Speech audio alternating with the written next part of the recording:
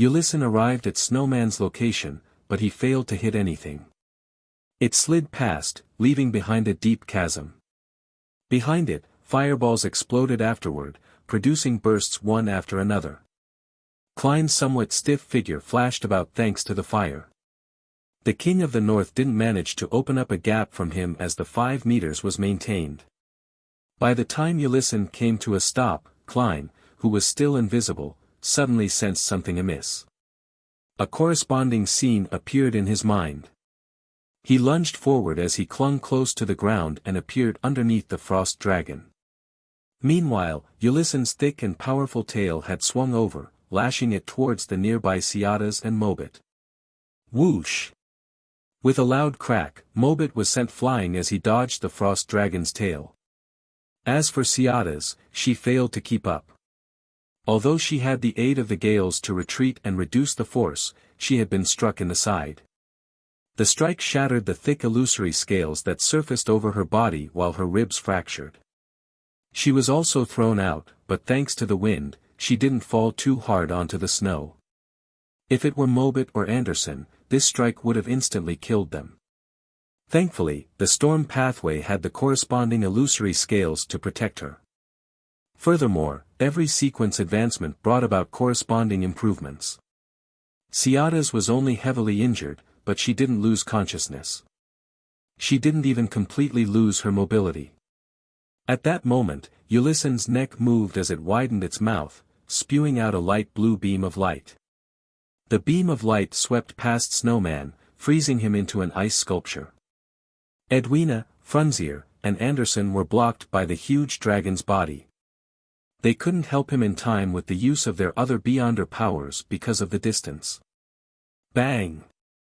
The frost dragon leaped up a little and turned around. When it hit the ground again, it left a slight tremor. At that moment in time, it was clearly in a terrible state.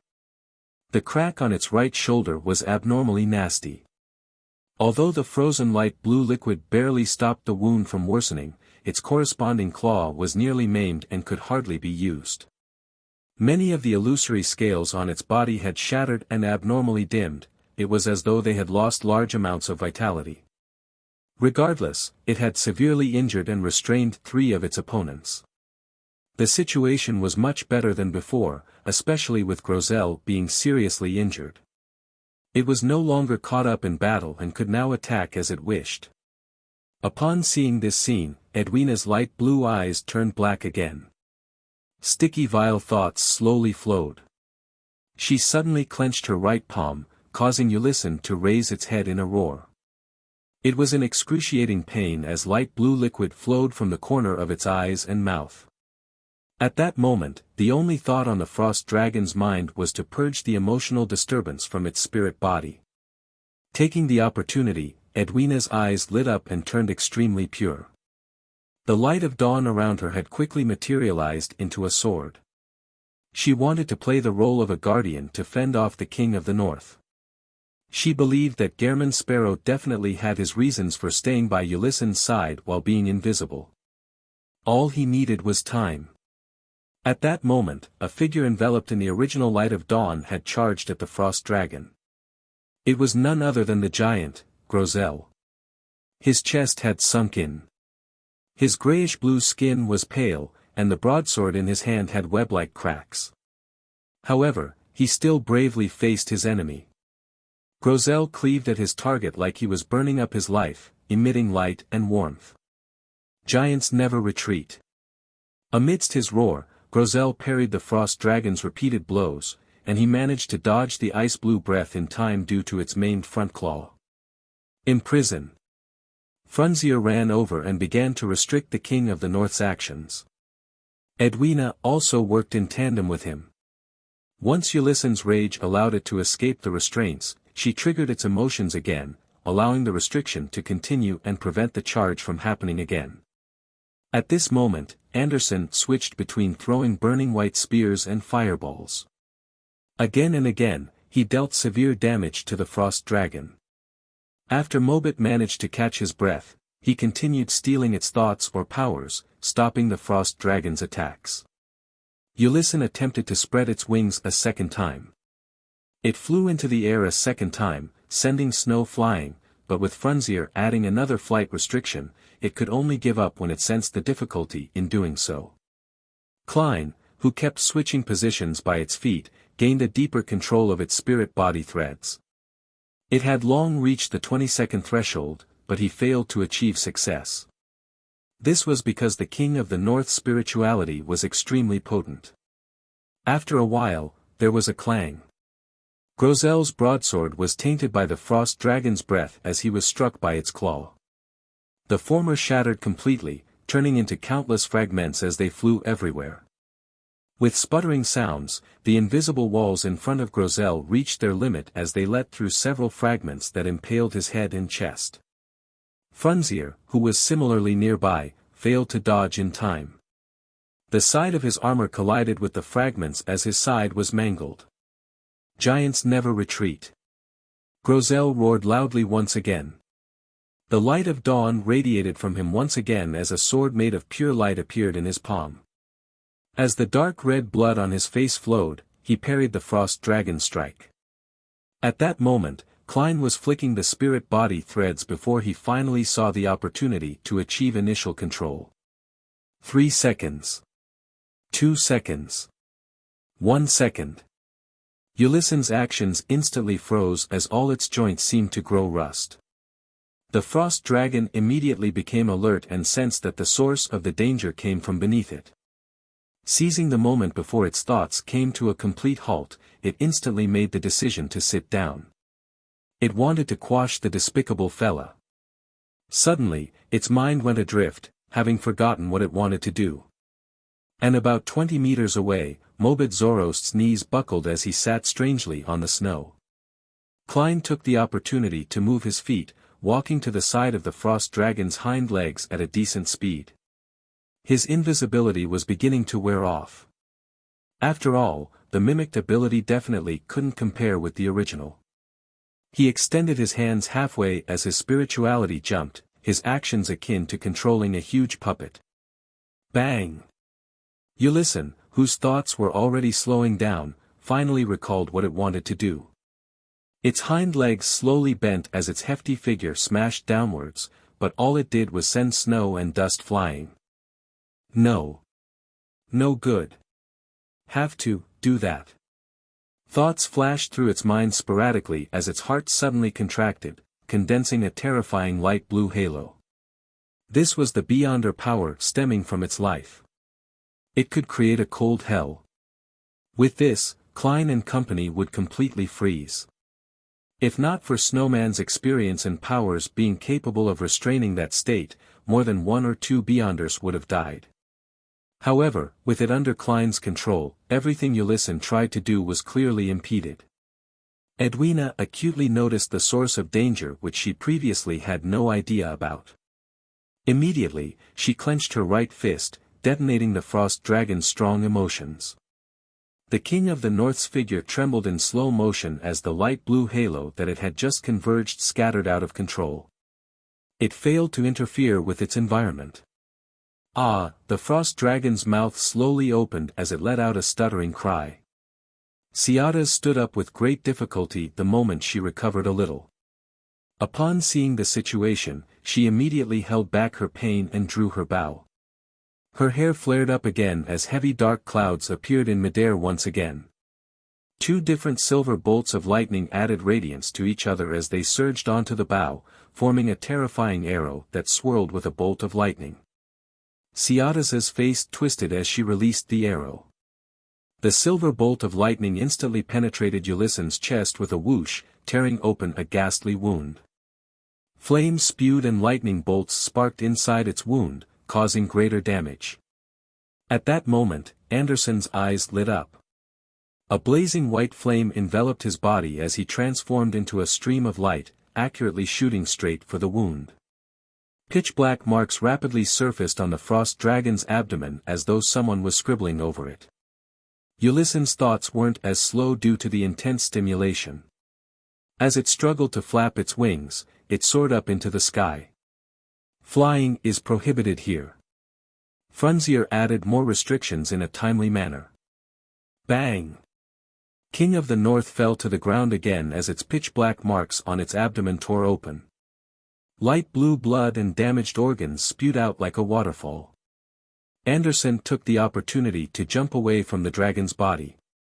The flames over his body had extinguished as a transparent layer of ice covered him. Cold. It's really cold. He held Death Brachydont's as he stiffly jumped away. His body was constantly trembling.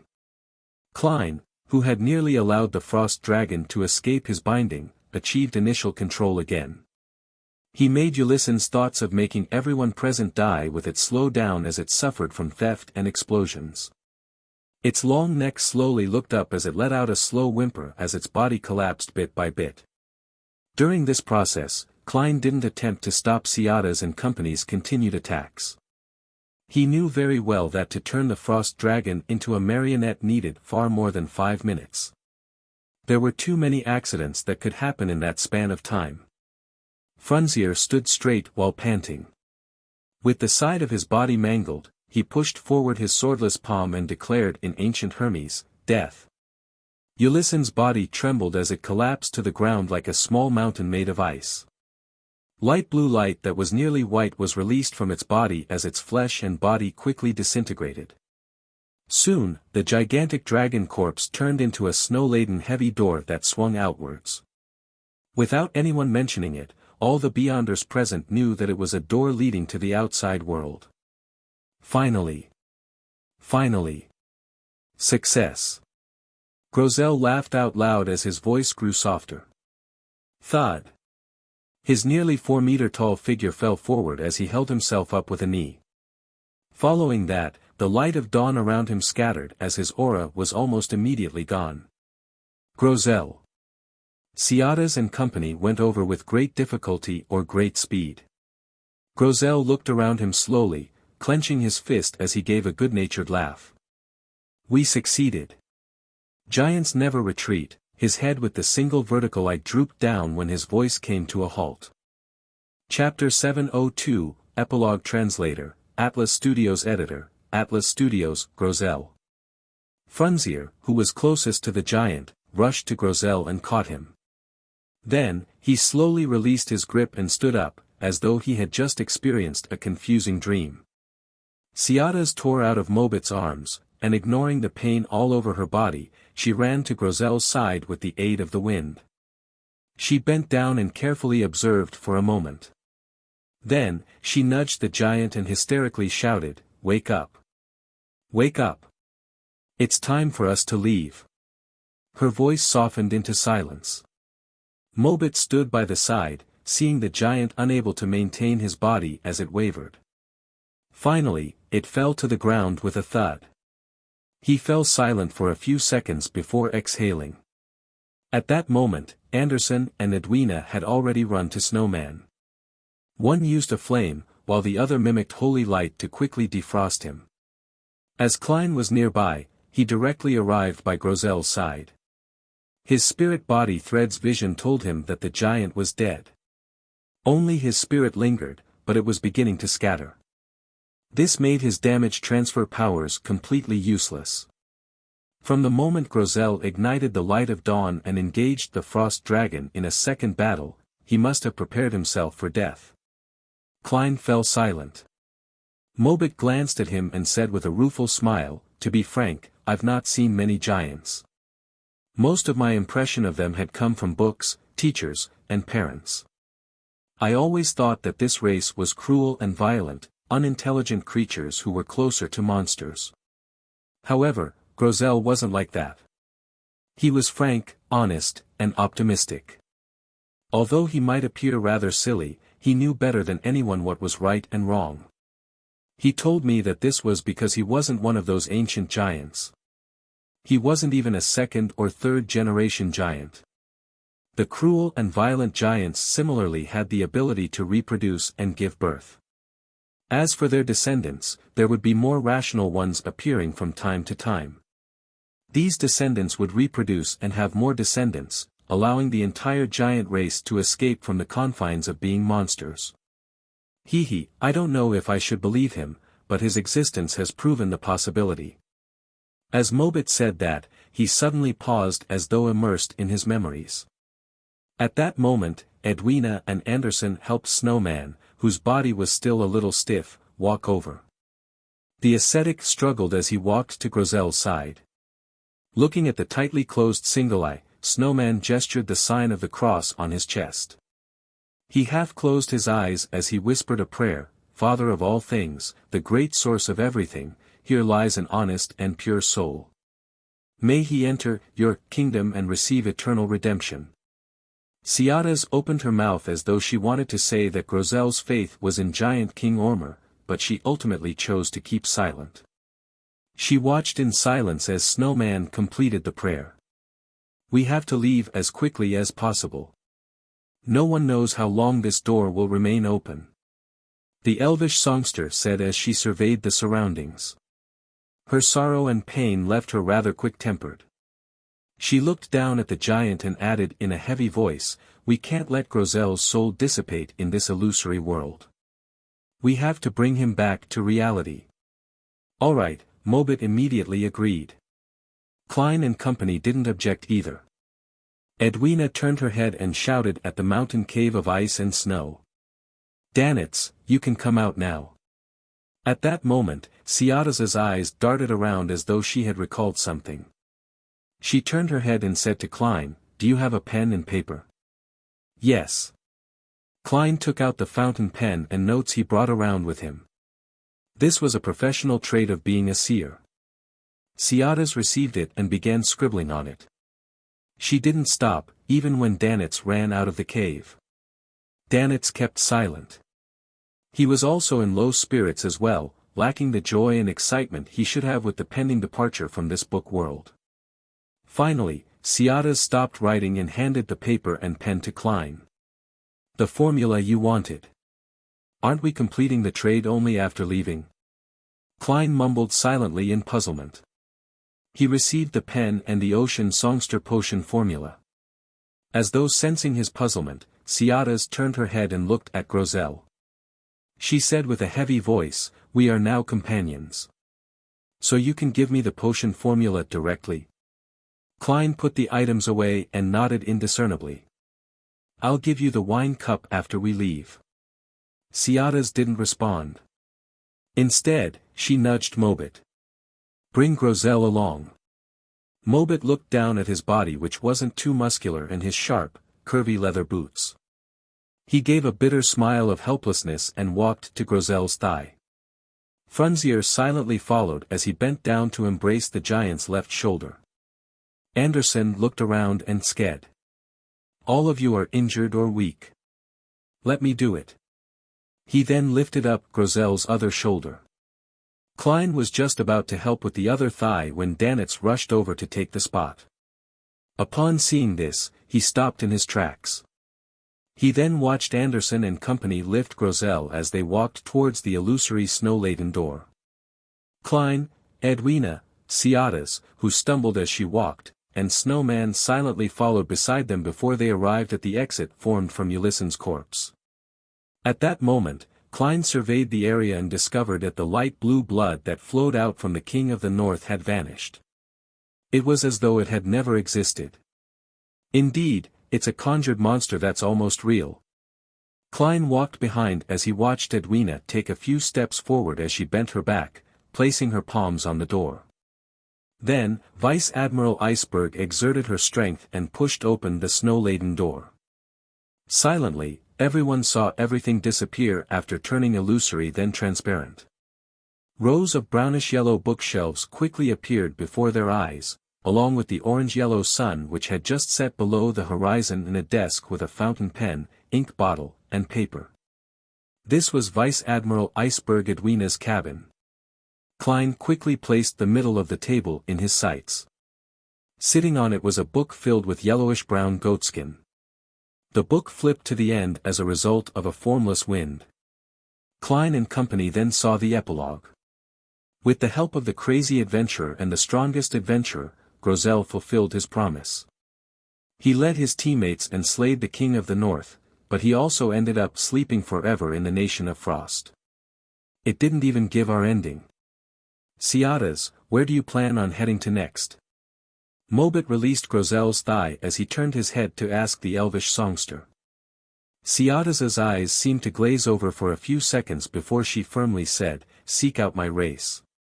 Just as she said that, she suddenly saw Mobit's flaxen-colored hair rapidly turn white. His originally smooth face had obvious wrinkles. In just a second, Mobit was dying of old age.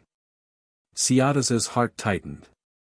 Just as she was about to lunge forward, she was surprised to realize that she had lost the strength in her legs at some point in time. With a thud, she fell to the ground and realized that the back of her hands were covered in the aged spots of an elder. She instantly understood what was happening as tears immediately flowed down her face. She struggled as she attempted to crawl towards Mobit. Mobit had similarly slumped to the ground as he crawled towards her while extending his right palm.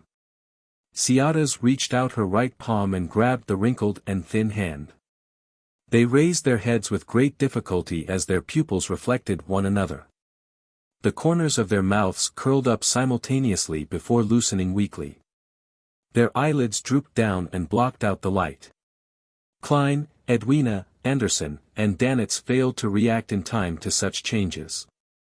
They had no idea what they could do as they helplessly watched Grozel's corpse rapidly rot as his flesh and blood evaporated, leaving his skeleton and beyonder characteristic. As for Mobit, Ciadas, Snowman, and Frunzier, they aged in seconds before breathing their last breath and repeating whatever had happened to Grozel's corpse. Their clothes had either disappeared or turned to dust. Their souls dispersed at extraordinary speeds before they were gone. Even the one who lived inside the book for the shortest time had been there for 165 years. Edwina muttered softly as she turned her head to look at that bones which faced the sea and sun. It was none other than disciplinary paladin Frunzier. He was sitting on a chair looking west, where Backlund was. Snowman was seated cross-legged to the side. His corpse maintained the posture of praying. That's right. They've lived in the book world for centuries or millennia. With the rules of the outside world, as non-demigods, they should have died long ago. I should have realized this. Why wasn't I wary of this point at all? Could it be? Klein suddenly recalled the psychological influence on Mobit, Grozel, and company as he began having an idea. He once again looked down at the book bound by goatskin. He believed that it had many, many more secrets. This fellow is rather interesting. He died just like that. Anderson looked at Mobit's corpse as he smirked. At that moment, all the beyonder characteristics had slowly condensed. However, Frunzier didn't produce anything similar to that. Edwina observed for a moment before softly saying, the potion he consumed was illusory, likewise for the strength he obtained. It's just like that frost dragon. It was likely conjured in the book world. It was almost real. Klein sighed silently. He was momentarily at a loss for words, so all he could do was maintain Gehrman Sparrow's silence. In the next 10 minutes, no one spoke in the captain's cabin of the Golden Dream until the 4 beyonder characteristics took form. One of them was the size of a fist resembling a heart, it was covered with holes as it shimmered with the light of dawn. Another resembled a jellyfish, its translucent exterior seemed to contain azure-blue seawater, and inside it were vortices that were occasionally stirred by hurricanes or flashing silver lightning while emitting a faint, ethereal song. Another was a pure, bright crystal that exuded holiness. The last was a baby's palm with 5 thin stretched-out fingers as it kept changing colors due to the environment. Sigh, we can't just keep watching like this. Finally, Anderson broke the silence. Let's split the beyonder characteristics. Just as Edwina's light blue eyes were dyed with pangs of fire, the hunter shrugged and said with a wry smile, I believe that they'll have wishes such as this, as we were companions who fought together. Chapter 703, Thank you present translator, Atlas Studios editor. Atlas Studios. Seeing Edwina's gaze warm up, Anderson curled the sides of his mouth and shook his head with a sigh. You're always so inflexible. That's why you aren't able to become an artist your entire life. After sighing again, he looked at the corpse on the chair. We can't keep watching. We have to do something. Doesn't Ciata's wish to find her race? Let's bury her near an elvish ruin in Sonia Island. Mobit looks like he wants to be with Ciata's. We should bury them in the same tomb. Doesn't Frunzier want to return to Backlund? Burn his remains to ashes, store the ashes in a box, and bring it to the city when possible. If time permits it, then someone can look for his descendants. As for Snowman, it's not known if he believes in the ancient sun god or the original creator. Who knows if the two are the same? To us, it's the same. There's definitely no way to find the corresponding cathedrals or altars. Therefore, the only thing we can do is bury him beside Grozel. Grozel. He wishes to return to the giant king's court, but that's a city in myths and legends. There's no way to find it in the real world. However, there are giant ruins in the northern and southern continent. We can bury him there and allow him to have a proper burial. Giant King's Court. Backlund. Klein listened in silence as he deliberated for a few seconds. Leave the ashes of Grozel, Snowman, and Frunzier with me. He believed that in the time to come, the City of Silver would manage to reach the Giant King's Court. When that happened, he could hand Grozel's and Snowman's ashes to Little Sun and allow him to bury the two ancient figures. As for Backlund, Klein needed to return to it, as it was the final destination of his travels. He could then bring back Frunzier, who had left his hometown for more than 165 years. Edwina added, the Golden Dream often goes to Sonia Island. I'll handle Sonia Islands and Mobit's remains. All right. You'll be in charge of the cremation later. Anderson turned to look at Danitz as he chuckled and sighed. Look, everyone plays a part in this. There's no need to feel inferior. He originally imagined that Danitz wouldn't understand his consoling and would glare at him angrily. To his surprise, this well-known pirate's expression turned heavy as he nodded in silence. Ahem. As companions who faced the King of the North together, let's each choose one. Treat it as though we're inheriting their legacy. Anderson gestured at the shimmering items on the floor. These Beyonder characteristics definitely have remnants of their psyche. I wonder what kind of influence they will bring. Be it concocting it into a potion for consumption or getting an artisan to craft it into an item, there should be something special about them. The former can be digested with the acting method, but nothing can be done about the latter. From the looks of it, you don't know the acting method. Treat it as though I didn't say a thing. The last two lines were said to Danitz. Klein didn't have the mood to lampoon Anderson. He looked at the four Beyonder characteristics and said, give Ciataz's to me. This was the main ingredient of an ocean songster. Edwina thought for a moment before saying, I'll take Snowman's. It corresponded to the Priest of Light which Klein already had one of. Hence, he didn't choose it. Anderson glanced at the remaining two Beyonder characteristics as his gaze paused at the strange item that resembled a baby's palm. I have to say that this guy is very interesting. Perhaps it can be made into a mystical item that can talk to me. That way, everyone wouldn't be too lonely. At that moment, the giant's heart didn't have an owner. Klein glanced at Danitz and indifferently said, it's yours. Mine. I didn't do anything. I didn't participate in the battle. Danitz was extremely surprised. Klein said simply, you scouted and took on a risk. To Klein, this was a form of compensation. This was because Danitz had chanted the fool's honorific name and knew Gehrman Sparrow's secret. Therefore, he had to force the faith of the fool on him, otherwise, it would only leave latent risks.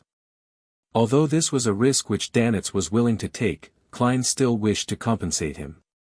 Of course, he hoped that Danitz would view it as a bestowment from the fool.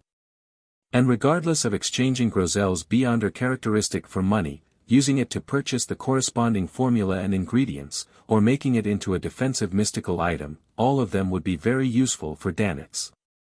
Take it, Edwina said as she looked at Danitz. All right. Danitz nodded after a few seconds of silence. After distributing them, Klein took a few steps forward and bent his back to pick up Ciatas's Beyonder characteristic. Looking at the azure-blue seawater sloshing inside the translucent membrane, he could vaguely hear the elf's beautiful singing. Just as he stood up, he saw Danitz nodding as though he was responding to a question. However, no one had spoken. Klein's gaze swept past Edwina's expressionless face and suspected if this mysticism magister was communicating with Danitz in a way others couldn't hear. Seeing Danitz give an affirmative answer, Edwina reached out to pick up Grozel's travels from the desk and closed it. She then handed it to Klein.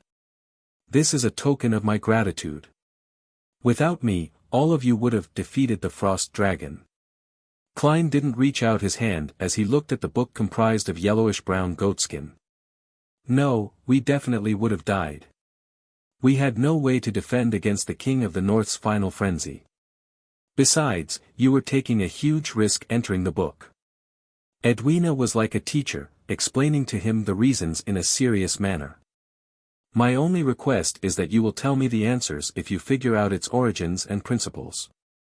Klein was very curious about the secrets hidden in Grozel's travels. He couldn't reject the offer as he reached out to take the magical book. Okay. At this moment, the importance of the giant king's court became more obvious. He even thought of buying the black iron key belonging to the giants and was worth £5,000 while he was at it. However, he didn't immediately make the request, to prevent Edwina from thinking that he was trying to fleece her. He prepared to wait a few more hours, or perhaps tomorrow, before borrowing the key from Vice Admiral Iceberg. He would head above the grey fog to divine its worth before offering to purchase it. Seeing Anderson and Danitz pick up their Beyonder characteristics, Edwina glanced at the darkening sky and said to Klein, "Where are you heading to next?" "Byam," Klein replied frankly. Edwina nodded. "You can head there on the Golden Dream. We have plenty of rooms." Klein nodded indiscernibly as he agreed. Who wouldn't want a free ride? After dealing with the remains and cleaning up the captain's cabin, Edwina walked to the door and opened it. There were gasps of pleasant surprise as the mood in the corridor turned jubilant. "All right, it's fine now." Edwina looked around as a smile formed from her cold expression. The crew cheered loudly, making Anderson stroke his chin and frown. "It's more exaggerated than I imagined." Without a doubt, his words were drowned by the ebullient cheers. After everything came to an end, Klein and Anderson left the captain's cabin under Danitz's lead and headed for other rooms on the same level. Half turning his body to look where they were, Anderson suddenly sighed. "Is that it? Although we didn't get to know each other for more than half an hour, people who fought alongside you often leave a deep impression. But to think they suddenly died in a baffling manner. All of them." Klein was silent for 2 seconds before saying, "This world is filled with baffling deaths to begin with." "That's right." Anderson immediately smiled. "That's why optimism is needed to enjoy life. If I were to face death one day, I'll definitely be composed and cool, not losing my elegance at all. I would face it in the most handsome manner possible. Don't raise flags for yourself." Klein didn't say a word as he entered the room Danitz opened for him. Anderson took the room beside him. In the room, Klein stood at the window as he silently watched the darkening sea for nearly 10 minutes. Then, he entered the bathroom, took 4 steps counterclockwise, recited the incantation, and went above the grey fog. Sitting at the high-back chair of the fool, he conjured the world's figure and made him make a praying pose. "Honorable Mr. Fool, please inform the sun that I've obtained the sequence 6 notary potion formula he wants. I also have clues to the priest of light formula and main ingredients. He can delay payment by putting it on credit and pay for it in the future." Klein was doing this to prepare for his advancement to sequence 4. The City of Silver had rich resources, so it was possible that particular main ingredients or difficult supplementary ingredients that were hard to come across would exist over there.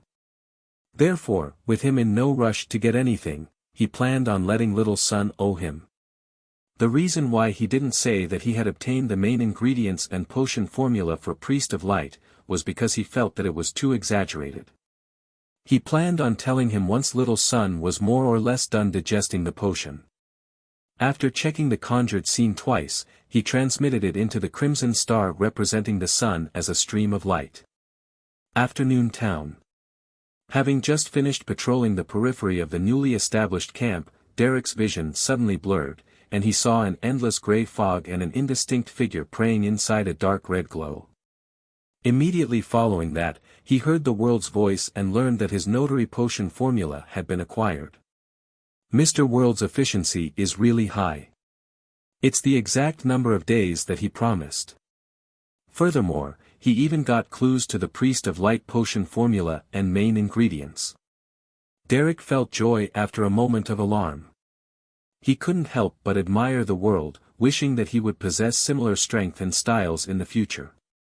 Above the gray fog, the world made another prayer after Mr. Fool confirmed that there weren't any problems with the Ocean Songster potion formula. Honorable Mr. Fool, please inform Mr. Hanged Man that I've already obtained the Ocean Songster's potion formula and the corresponding main ingredient. I'll give it to him during the next tarot gathering. Please get him to consider what he would like to provide in exchange. On the undulating sea, inside an ancient and dark sailboat. Alger Wilson stood in front of a window, considering the report he had to produce when he arrived at Pasu Island. It was at that moment when the endless gray fog and a figure lording over him appeared. He then saw a dark red glow and saw a blurry figure resembling the world. He then heard the figure's calm words. After hearing it, Alger's eyes widened. He found it difficult to suppress his joy as a strong sense of bewilderment and shock emerged within his heart. He remembered very clearly that the world had only promised the son to obtain the notary potion formula within 3 days at the last Tarot Club gathering. He hadn't mentioned anything related to the Ocean Songster potion formula, but in just days, this gentleman had obtained the rare Sequence 5 formula and even its main ingredient. What did he do exactly? Alger muttered silently to himself as he couldn't help but recall Gairman Sparrow's cold and formidable appearance. He found the man more and more unfathomable.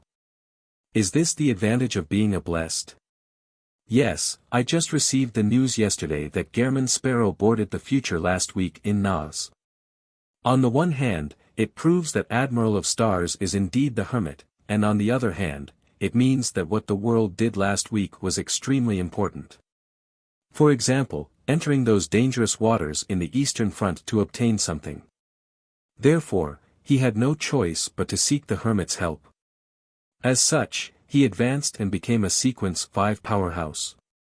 This can explain how he obtained the Ocean Songster potion formula and its main ingredient in the span of a few days.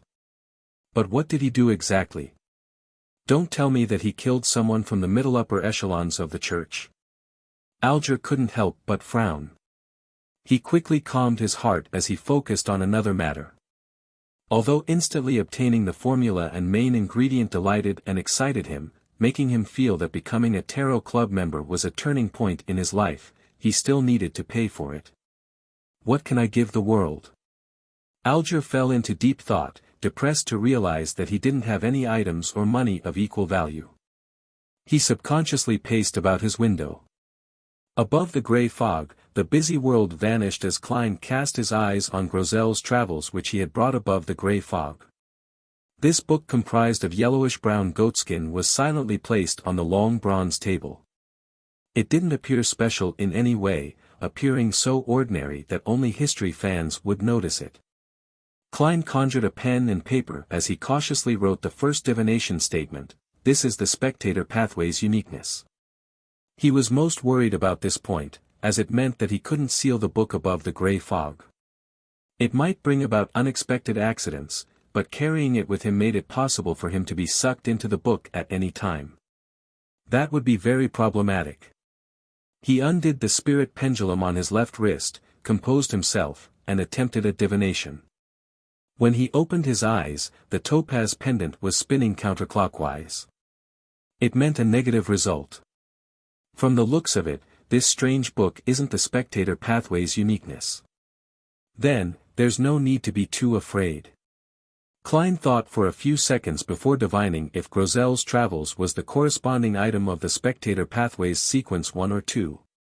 To his surprise, the divination ended in a failure. He thought for a long while before penning a new divination statement, its origins. The reason why Klein dared to do such a divination was because he knew very well that the Spectator Pathways sequence 0 had long perished.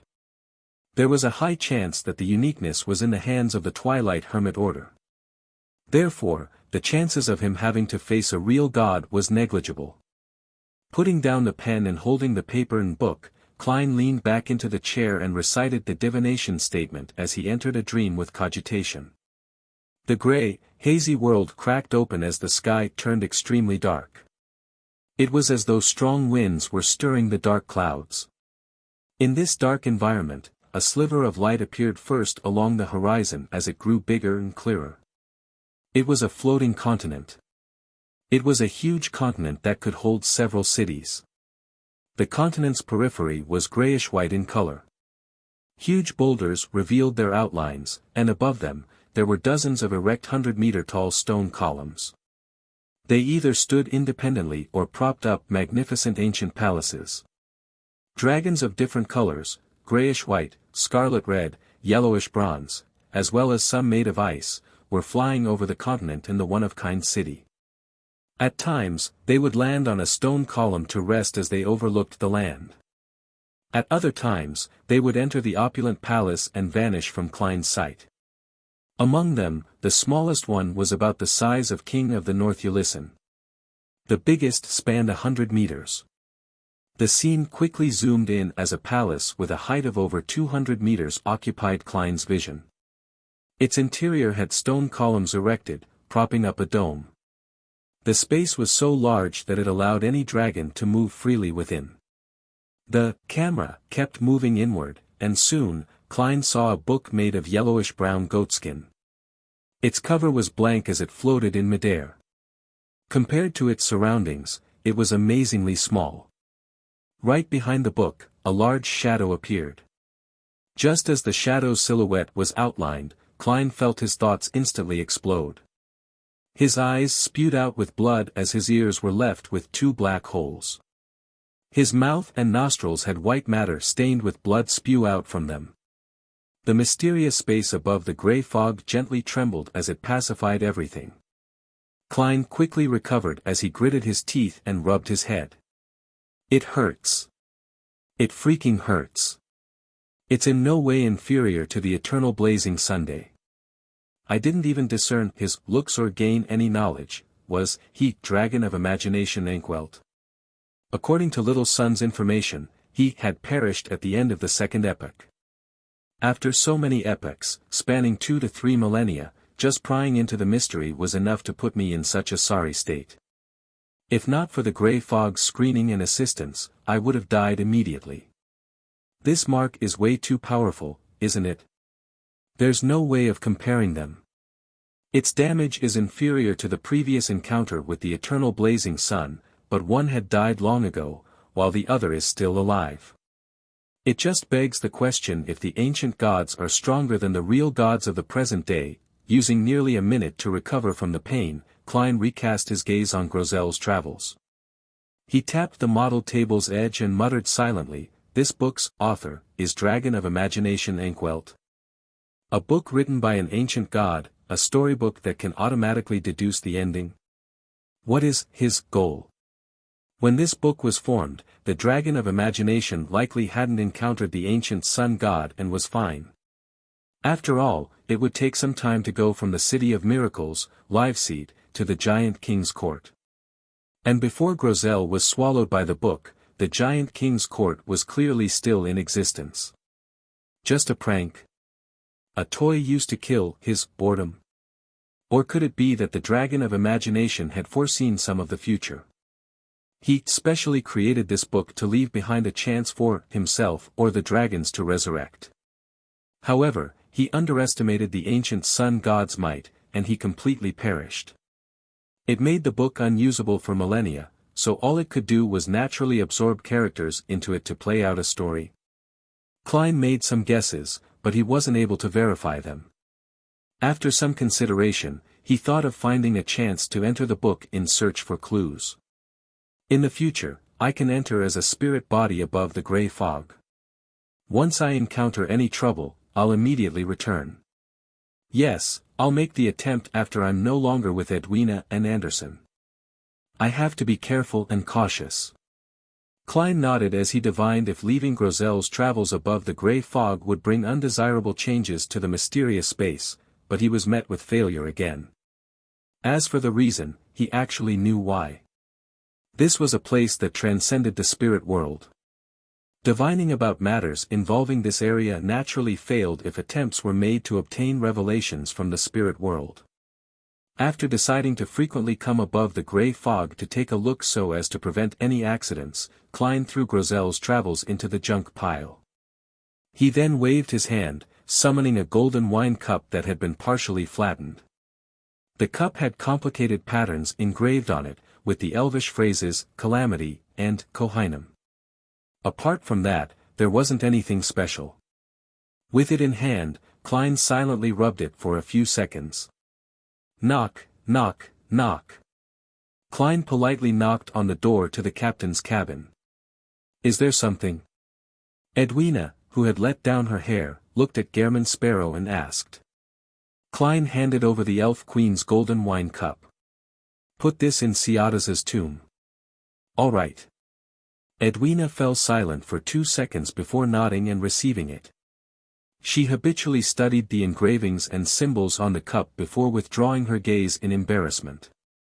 She then looked out the window and said, "They'll be organizing a bonfire party. Will you be participating?" "No." Klein shook his head. "I understand. I don't plan on participating either. Not everyone is like Anderson, who can quickly raise his spirits," Edwina said with pursed lips.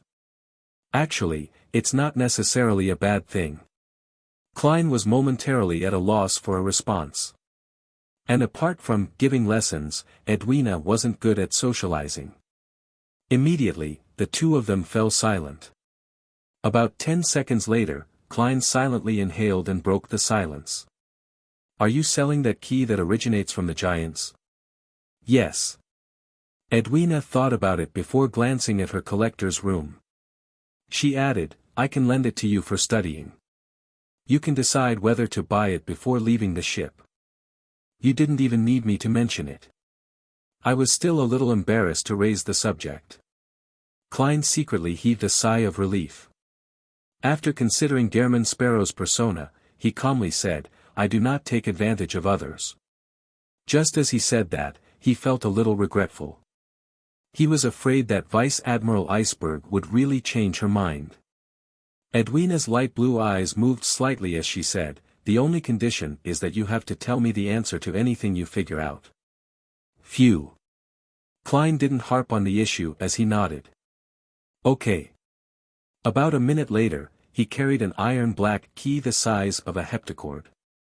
And at that moment, there was a series of fervent singing from the deck. Your eyes are so mesmerizing that it feels like the light from dawn. When night comes and the sun has gone down, I almost start feeling melancholy, fervently awaiting your light. Oh, your eyes are so mesmerizing that it feels like the light from dawn. Klein subconsciously went to the window and looked out. He saw that the bonfire had already been lit, and the Golden Dreams crew, that had nothing to do on their hands, were gathered around it. They were either roasting meat or fish as they guzzled beer. Otherwise, they would be dancing a rather random but lively dance alongside singer Orpheus's singing. It was a very merry atmosphere. The oily roasting exuded a tantalizing aroma that wafted upwards. Klein saw that Anderson Hood was also among the pirates, drinking in high spirits and eating happily. From time to time, he would shout a few words and say a joke, as though he was already a member of the Golden Dream. He was no longer ostracized like before. Instead, Danitz didn't appear among them. At the very least, Klein didn't see him near Iron Skin or Beryl. As long as he doesn't provoke others, Anderson is rather good at socializing. This might be the intelligence-gathering powers of a conspirer. Yes, he might have transferred the hatred onto me. I wonder if Danitz will work hard after what happened. If he can improve himself and acquire greater strength, then as the fool, I wouldn't only have myself as a subordinate. I don't have to always appear as a trinity. Heh, this secret existence of mine finally has a real believer, someone I can directly order to do things, even though it's only limited to Danitz. I have to say, it's still quite pathetic. As Klein reflected over the matter, he prepared a ritual to sacrifice the giant's key above the grey fog. At that moment, his spiritual perception was triggered as he instinctively activated his spirit vision and looked to the side. White bones were thrown up as they materialized into the messenger with black flames in its eye sockets. Half of the messenger's body was in the lower deck, so it was nearly level with Gehrman's Sparrow without tearing through the ceiling. However, the palm holding the letter remained huge, as though it could easily wrap it around Klein's head. Mr. Azik was quite quick to reply this time. As Klein politely nodded, he received the letter and unfolded it. Just as he was about to read its contents, he suddenly realized that the skeleton messenger remained standing there. It didn't vanish once it delivered the letter. "Is there something?" Klein asked in surprise. Just as he said that, an idea flashed through his mind as he quickly added, "If there's a need to reply, then I will summon you again." The skeleton messenger's huge head nodded as its body collapsed like a waterfall before returning to the underworld. Ma'am Rionette Tinker previously waited for me to give a reply, same for the skeleton messenger this time. Is this some new regulation the messenger world has enacted? Pooey. There's no such thing as a messenger world. They're all individually summoned, and most messengers are just doing it part-time. Yes, the skeleton messenger gave me an aggrieved feeling. Klein shook his head without much thought before focusing his attention on Mr. Azik's letter. To put it simply, attaining godhood begins from the moment one advances to sequence 4. It's a slow process of evolution towards a mythical creature. This process comes to an end at sequence 2. Therefore, there is a qualitative difference between an angel and a saint. In ancient times, the former are even called subsidiary gods. Every demigod, including saints and angels, have their own mythical state. This is a non-human form which is a potpourri of complex knowledge, godhood characteristics, and secret symbols. Ordinary people will suffer tremendous damage from a simple glance, to the point of losing their minds. And as the demigod grows in strength, the damage only grows more potent and irresistible. Therefore, creatures at this level have to constantly control themselves to not expose this form, or just from their very existence alone, it can bring about a catastrophe to their surroundings. To demigods, one of the main traits of losing control is losing reason. When that happens, they will no longer be able to restrain their mythical creature form. However, a saint's mythical form isn't complete. There are clear characteristics of their original race. Strictly speaking, one is a true mythical creature only after they reach sequence 2. I wonder if the blood that Ma'am Hermit wants is the blood of a mythical creature in the true sense of the phrase, or if the criteria can be relaxed. I wonder if the placenta blood from Wuxia birth counts. He is a sequence 1 snake of fate, an absolute mythical creature, just not in the correct form. I'll accumulate more matters before writing on the paper crane to ask him. Yes, there are only 2 more times, so I need to do it for serious matters. However, I'll be returning to Backlund soon. With this in mind, Klein silently calculated when Wuxia would be born. He didn't make an accurate recollection, but based on his impressions, Wuxia had been conceived last November, and it was currently only the middle of April. Therefore, he will be born in July. Perhaps earlier. Klein thought without great certainty. After all, he didn't have a girlfriend or wife in his previous life, much less having a child. He quickly threw those thoughts to the back of his mind and began setting up the ritual. He sacrificed the giant's key to himself. The reason why he didn't use his spirit body to carry it, it was simply because it was too heavy. Soon, he arrived above the grey fog. He made the iron black key fly onto the surface of the bronze table as he seriously inspected it a few times. After confirming that there wasn't anything abnormal about it, he conjured a pen and paper and wrote the divination statement, the place this key corresponds to. With the paper in hand and his arm around the key, Klein leaned back into his chair and fell asleep while chanting.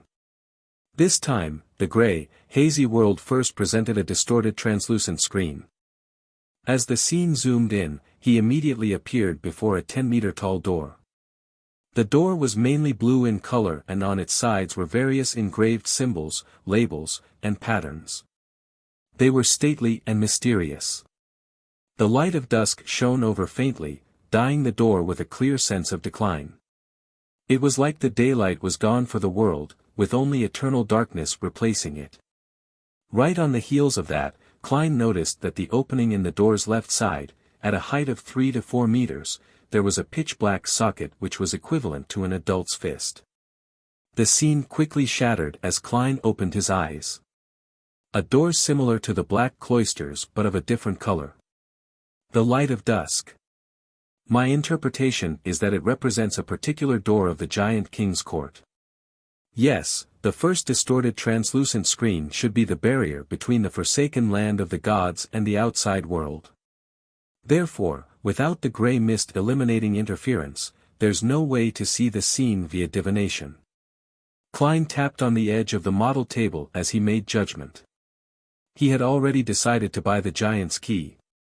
After going through the hassle of bringing £5,000 in cash back to the real world, Klein tidied the items on the table and held a thick stack of cash.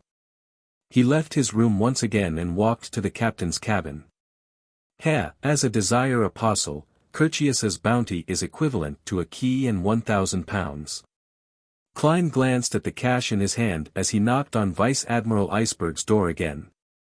With a creak, Edwina appeared by the door. When she saw him holding the cash, her brows twitched as she widened her eyes. She said with a brightened expression, "You have results." Klein tersely acknowledged. "I already obtained results that it's likely related to the Giant King's court." The Giant King's court as spoken in myths. Edwina's eyes lit up as she asked. Klein gently nodded in affirmation. Edwina's lips quivered as though she wished to inquire further, but ultimately, she didn't say a word. She took the £5,000 in cash. She turned back to look at the rows of bookshelves in the captain's cabin and fell silent. She finally said to Klein seconds later, "If you're interested in these books, you can borrow them any time in the day. My only request is..." Klein secretly predicted what Vice Admiral Iceberg was about to say. "My only request is that you can talk to me about history whenever you're free." Edwina paused before she added with her eyes appearing bright. Klein chuckled inwardly and said after some thought, "All right, but I will not answer every question." Meanwhile, he silently prayed inwardly, "Let's hope Vice Admiral Iceberg's collection has methods to create higher-level charms, no problem." The corner of Edwina's mouth twitched as her expression became livelier. "See you tomorrow." Klein took off his hat and pressed it to his chest as he bowed to bid farewell. Edwina also seriously returned the pleasantries. "See you tomorrow." Backlund. Iron Gate Street, outside Braveheart's bar. Emlyn White got off a carriage, pushed open a wooden door, and walked in. He was then triggered by the mixture of smells inside as he pinched his nose in contempt. He hadn't had much progress in the competition to hunt for the primordial moon believers, therefore, he planned on heading to the Braveheart's bar which Sherlock Moriarty often mentioned. He was there to find the rather informed black market arms dealer, Ian. The latter's name was acquired by Emlyn through other means. Adapted from O Sol Mio. Chapter 706, That Man Translator, Atlas Studios Editor. Atlas Studios. Turning his body to the side, Emlyn avoided a bulldozing drunkard. While swatting his clothes with a frown, he continued jostling towards the bar counter. During this process, he didn't seem to be doing anything, but the surrounding customers would always fail to touch him. Be it in terms of speed, agility, or his balance and coordination, he had reached a rather terrifying level. Finally, Emlyn arrived at the bar counter as he rapped the wooden counter. "Where's Ian?" The bartender glanced at him. Without a word, he kept his head low and wiped his glass cups. Emlyn stood there in surprise, wondering if he had done something wrong that earned him nothing. This angered him a little as he wished to reach out and yank the bartender out. However, he believed that such acts were lacking as a gentleman. He forcefully held down his emotions and looked around and discovered that everyone was drinking. With a thought, Emlyn experimented by saying, "A cup of warmer red wine." The bartender's actions paused as he looked up and gave the handsome, black-haired, red-eyed man an odd look. "We don't have that available." This was the finest red wine in the world. The price was staggering. Emlyn wasn't dumb, and he could tell from the bartender's eyes that he had ordered something he shouldn't have. On careful thought, he said, "1 glass of Southville beer. 5 pence. The bartender finally lowered the cup and cloth. Emlyn took out a 1 solely note and said, "Keep the change." "Thank you." The bartender pointed left and said, "Ian is in card room 1. Emlyn immediately smiled, feeling happy and proud that he had resolved an actual problem. He didn't take the cup of Southville beer and, instead, turned around and walked straight to card room 1. Knock. Knock. Knock. He politely knocked on the door. "Please come on in." A rather adolescent voice sounded. Emlyn adjusted his collar and pushed open the door, only to realize that the scene inside was unlike what he had expected. He believed that since it was a card room, there would be a bunch of people surrounding a long table, playing games like Texas, but to his surprise, there were indeed about 8 people, but there weren't any poker cards. A piece of paper was placed in front of every participant as they seemed to be recording something. Apart from that, there were only fountain pens and multi-faced dice on the table. Emlyn instinctively cast his gaze on the youngest person inside. It was similarly a handsome boy with red eyes. He looked about 16. "Ian?" Emlyn asked. Ian nodded with a smile. "That's me. Sir, is there something I can help you with? Or do you wish to join our game?" "Game?" Emlyn returned with a question. Ian chuckled. "Yes, game. I don't enjoy playing cards or billiards, but something needs to be done when spending the whole day here. I gained some inspiration from Emperor Roselle's biography. It's to organize a few people to sit down and attempt a tabletop adventure. In this game, as long as you abide by the rules, you can be anyone, a doctor, an adventurer who loves eating vegetables, a private detective who always carries a wrench and pipe, or an adventurer who enjoys radical ideas. Together, they can head to some ancient castle and seek out the history hidden within, battling all kinds of monsters along the way. Sounds a little interesting. Emlyn had a feeling that this game suited him well. Do you want to join? We're currently embroiled in a ploy and are facing a powerful ancient vampire. He appears to have a handsome face, but beneath his skin are boils formed from his boiling blood. Ian warmly invited him. "Sanguine, thank you very much." Emlyn's expression twitched indiscernibly as he directly said, "I have a mission for you." "All right. Let's go to the room next door." Ian took his round hat and old satchel and stood up. The billiard room next door had no one in it. The boy closed the door with great familiarity as he surveyed the area before looking at Emlyn. "Sir, I do not know you. Might I know who introduced you?" Emlyn lifted his chin and smiled. "Sherlock Moriarty." Just as he said that, he suddenly looked left and right as he raised his hand to pinch his nose. "So it's Detective Moriarty." Ian heaved a sigh of relief without hiding it. "I'm assured then. By the way, didn't he go on vacation to Desi Bay? When will he be back?" Emlyn lowered his right hand as he said without a change in expression, "He isn't back yet. I've been to his rented apartment. To be frank, a normal vacation should have ended by the end of January. It's already April. Could it be that something happened to him?" Ian asked worriedly. Emlyn recalled the powers and mysteriousness which Sherlock Moriarty presented as he shook his head. Perhaps he's caught up in a complicated case. Ian didn't speak further as he asked, "How may I address you? What mission do you have?" "You can call me Mr. White." Emlyn took out a piece of paper that resembled a bounty notice. "Help me find these 5 people." Ian received it and carefully flipped through it for a while. £20 for an effective clue, £150 for an exact location. "Is that acceptable?" "No problem." Emlyn felt that the price was just too cheap. Compared to this, the prices seen at the Tarot Club were way more exaggerated. Ian folded the piece of paper and said, "Mr. White, how do I contact you if I have any clues?"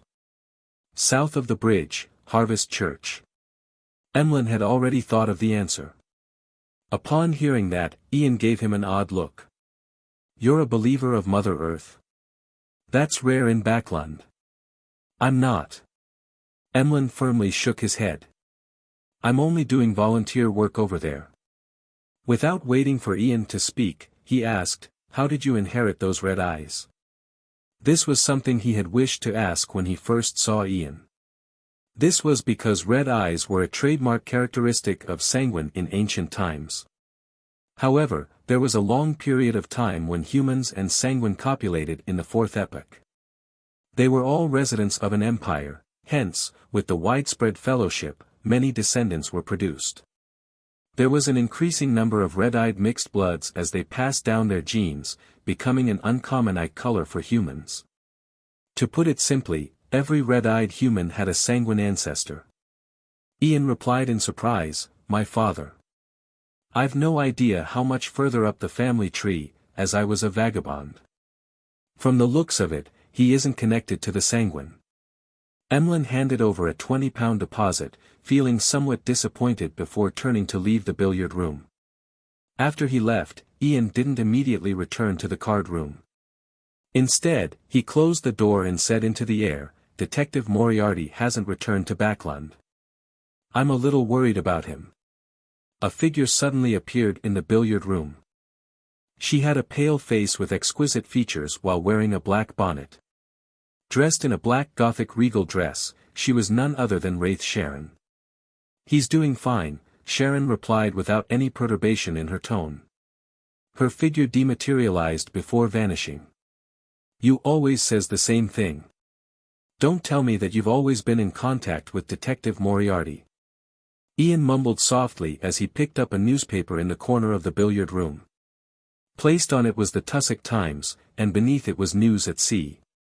The latter was mainly used to report the situations of the different colonies of the Lone Kingdom and matters at sea, but due to technological restrictions, the news at sea that reached Backland was severely outdated. It wasn't of much use to people who needed it, so subscription numbers were low, and the business was floundering. Later, with a suggestion from a new chief editor, the newspaper's style changed. It had more rumors out at sea, as well as all sorts of strange matters revolving pirates and adventurers. It appeared more like stories rather than actual news reports. To people's surprise, this change in style was welcomed. As it involved ghosts, specters, sea monsters, and treasures, it became the semi-literate people's prime choice to flaunt their knowledge to the illiterate at the various bars. After all, although the stories seemed fake, they were sufficiently interesting. Ian casually flipped through the newspapers without finding any content of interest. He only had a deep impression on one of the reports in News at Sea. According to our correspondent, on the night of the March 25th, the King of Immortality fleet attacked a ship heading from East Balam to Fasak and plundered all its goods and money. And living up to his title, Slaughterer Curtius finished a bloody massacre. These pirates are really preposterous. Ian shook his head and lowered the newspapers. He returned to the card room and continued his game. Outside the bar, Emlyn boarded a carriage and leaned onto the carriage wall as he watched the street lamps move past him. He pinched his nose again and silently muttered, "A wraith. This arms dealer sure is resourceful. Not bad." Emlyn closed his eyes as he felt more hopeful about his entrusted mission. The sunlight shone in from outside, dyeing the captain's cabin golden. Edwina sat on a chair with a book in hand as she looked opposite her. So, you also believe that the Solomon, Trunsoist, and Tudor empires all coexisted? This is a necessary condition for the War of the Four Emperors, Klein simply replied. He held a book titled, Book of the Three Worlds. It originated from a life school of thought member before it landed in Vice Admiral Iceberg's hands. It described the material world, the spirit world, and the world beyond rationality. It included some information on charms, with rather profound parts. Klein was seriously reading information on this in a bid to better use the sea god scepter and the worm of time. Klein had actually discovered that the books collected by Vice Admiral Iceberg were various ancient texts that were rather unsystematic. This was quite different from the characteristics of the Church of the God of Knowledge and Wisdom which backed her. Therefore, he guessed that the internal, orthodox, systematic mysticism knowledge of the Church was not public. Edwina was just about to ask again when she suddenly realized the Golden Dream's cruising speed gradually drop. She looked out the window and after a few looks, said crisply, "We've arrived in Byam." Chapter 707, Danit's Request Translator, Atlas Studios Editor, Atlas Studios. We've reached Byam. Klein stood up upon hearing that and looked out. He saw the familiar Resistance's private harbor. He didn't show his surprise as he commented calmly, "Faster than I expected." It was 3 hours faster than he had expected. "It's faster than I expected as well." Edwina looked away and agreed with Gehrman Sparrow. However, these are all unimportant details. Klein lowered his head, pretending as though he was browsing through the rest of the Book of the Three Worlds. He then handed it to Vice Admiral Iceberg. That marks the end of this discussion. Edwina looked at the book in silence. She opened her mouth, but no words came out. She reached for the Book of the Three Worlds and placed it on the table in passing. Following that, she got up and bowed. "I look forward to future discussions with you. Your expertise in ancient history is admirable." If Klein had been acting as himself, he would have said a few words of humility while praising Vice Admiral Iceberg for her breadth of knowledge. Unfortunately, he was the crazy adventurer, Gehrman Sparrow. All he did was nod and say, "We are collaborators." It meant that there would be opportunities in the future. He didn't speak further as he left the captain's cabin and returned to his room. He packed his suitcase with a relaxed mind, waited for the Golden Dream to dock, and then headed straight for the deck. At that moment, there were many crew members gathered on the deck. It included Gourmet Brew Walls, Singer Orpheus, and Flowery Bow-Tie Jodson, most of the crew who were upper echelon members of the pirate crew with their heads worth a handsome bounty. They gave sincere smiles as they happily kept waving at Klein.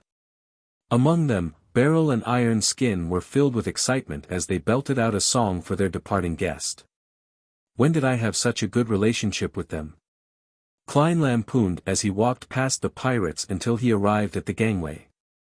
Anderson Hood was there with his hair combed, his clothes neat and tidy. He said with a laugh, "They probably mean to say goodbye, or should I say, let's hope we don't meet again. Gehrman, do you know how dangerous a situation you were in?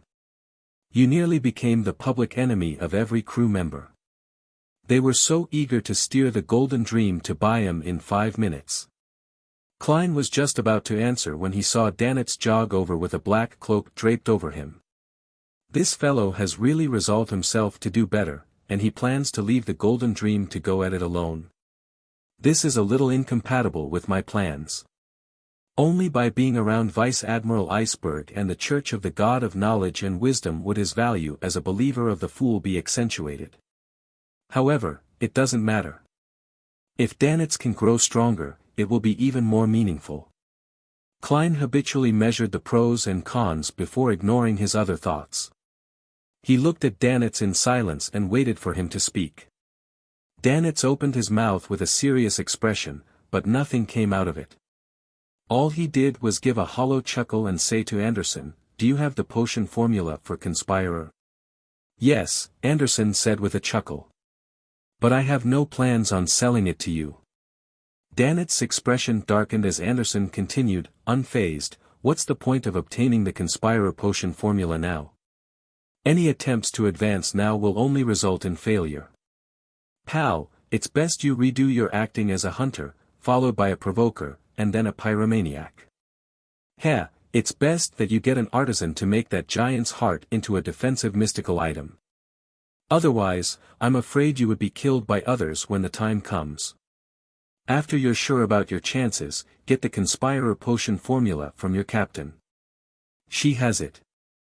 However, I believe that will be the end for you. Heh, Conspirer has very high requirements." Dannett's face twitched as he was being mocked, but he remembered every word Anderson told him. This was because the man before him had the title of Strongest Hunter, who had rich experience on this pathway. Furthermore, he had a vague idea that the key was acting. He suspected that the captain's guidance from before was directed at this, just that it was rather vague. "There will come a day when I'll let you know what a true conspirer is," Dannett stubbornly retorted before looking at Gehrman Sparrow. He cleared his throat as he said without daring to look into his eyes, "I've already made the request with Captain. In the future, I'll be in contact with the Resistance, and I'll often be in Biome. It means you don't wish to leave the Golden Dream, but you will find opportunities to hone yourself." "Heh, why does it feel like you're reporting to your boss?" Klein chuckled inwardly as he gave a terse answer. Dannett's was instantly relieved as he felt a lot better. If it wasn't because his companions were watching behind him, he would have diligently helped Gehrman Sparrow carry his suitcase and send him all the way to the dock. After watching Gehrman and Anderson leave, he cautiously decided to pray to the Fool every day starting tonight. He wanted to show his devotion to prevent any accidents from happening to him. Inside the Resistance's private harbor, Anderson watched as Gehrman Sparrow circled into another newly built road before walking out of the woods via the shortest distance. "You seem familiar with this place." "This road wasn't here the last time I was here," Anderson said, partially bored and poignant. "Of course, there are so many people praying to me every day telling me what they've done, and I occasionally give them a response, such as directing them to mend this road." Klein thought smugly but replied with a stoic expression, "Where does your friend stay?" "In a manor in the Biome city outskirts." Anderson sped up his pace as he led the way. An hour later, he brought Klein to a manor. There was an eclectic smell from various spices, mixed with an indescribable ersatz exoticism.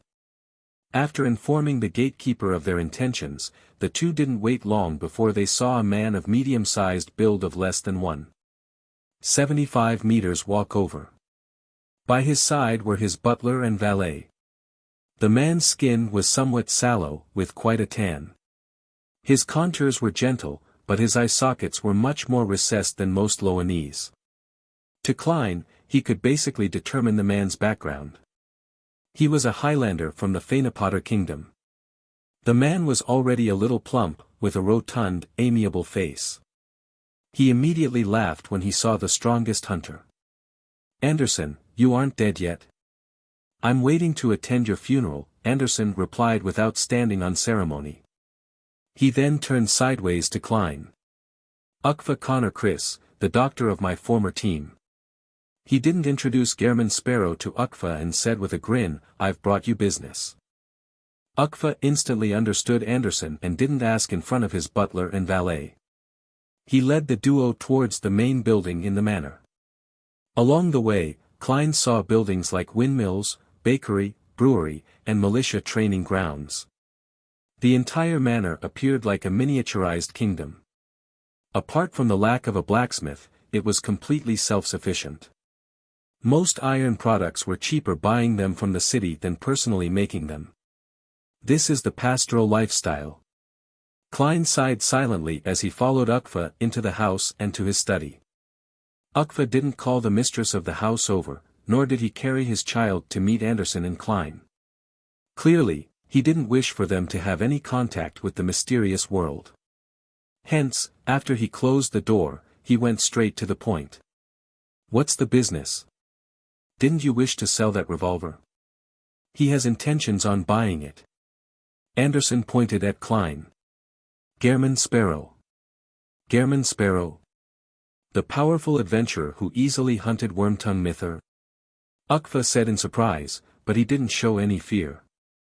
Although he had distanced himself from the adventuring lifestyle, he knew that he couldn't be careless. Therefore, while in Byam, he would proactively keep himself informed to prevent trouble from happening. Anderson scoffed when he heard that. That's old news. This gentleman's achievements include successfully hunting slaughterer Curtius while living to this day. Curtius? The second mate of the King of Immortality? Ukva's expression changed. He couldn't hide his horror as he secretly turned wary. That's right. Anderson said with a self-deprecating smile. In the pirates' playground, he's the one who's recognized as the strongest hunter. Ukva gulped as he looked at Klein. He couldn't help but smile and say, I believe you have the ability to buy Death Knell. Death Knell? Klein asked with piqued interest, but he didn't show it. That's the name of the revolver. It has accompanied me for a decade. Sigh, if it's not because it overlaps in functionality with one of my other mystical items, and isn't of much use for me at present, I wouldn't be willing to sell it, Ukva replied with a sigh. At that moment, Anderson scared with laughter. That wasn't what you said before. You said you preferred farming tools. A planter. Klein made the corresponding judgment based on Anderson's words and Ukva's expression. Meanwhile, the corresponding potion names flashed through his mind: Sequence 9 Planter, Sequence 8 Doctor with the ancient name Healing Pastor, and Sequence 7 Harvest Priest. It's no wonder Anderson introduced him as his former team's doctor. Klein thought for a moment and said, Do you know Frank Lee? No. Although I'm from Fainapotter, my formula and ingredients were obtained by myself, one at a time. I had nothing to do with the Church of Mother Earth. Therefore, I wouldn't dare to return to Fainapotter. However, I've heard of Frank Lee. He's someone who gives the church quite a headache, Ukva replied frankly. He's only a Sequence 6 biologist, but he's given such importance by the church. I really do wish to meet him if there's a chance. No, you won't, you will regret having that thought. Klein could tell from Ukva's answer that he believed in Mother Earth and was likely a powerful Sequence 5 beyonder. By his side, Anderson's face twitched when he heard Ukva. He said with lingering fear, that guy does give one a headache. In a certain sense, you can call him a devil. His powers and thoughts have exceeded the level of a Sequence 6. Alright, let's not talk about him. Whenever his name pops up, I still remember the milk that was jettisoned. Ukva looked at the duo in puzzlement as he restrained his looks of curiosity. He walked to the table's side, opened a drawer, and pulled out an iron-black revolver that looked a little longer than an ordinary revolver. This is Death Knell, Ukva introduced it solemnly. Chapter 708, Revolver Worth £9,000 Translator, Atlas Studios Editor, Atlas Studios Death Knell. Striking the enemy's death knell with every shot. I like this name. Klein controlled his facial expressions as he went forward without any anticipation or excitement on his face. He reached out to receive the iron-black revolver with a slightly long barrel. He was originally very worried that Ukva would raise the price if he showed any strong desires for it.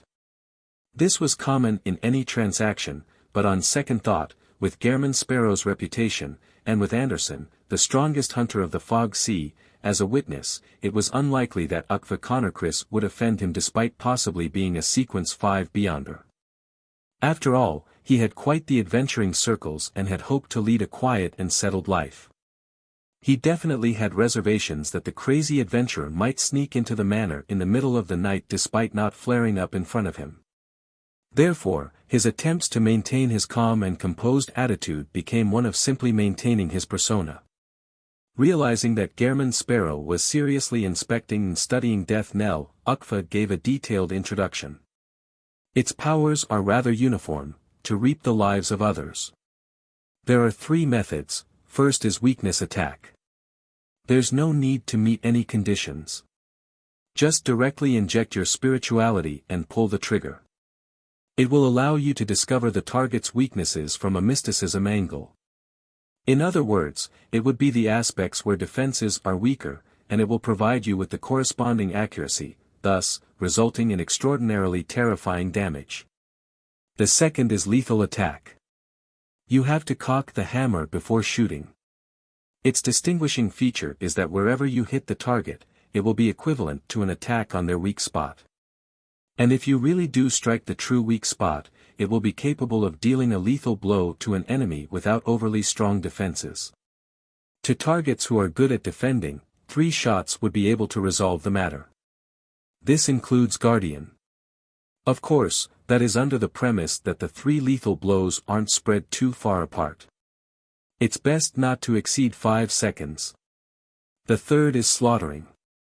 On the foundation of a weakness attack, providing more than twice the spirituality on top of that will imbue ordinary bullets with grapeshot effects. Simultaneously, when aimed at a group of enemies, it will result in area-off effect damage. To increase the damage, it will need to meet the conditions for lethal attack, as well as provide more than thrice the spirituality. This drain will be quite a burden on the user.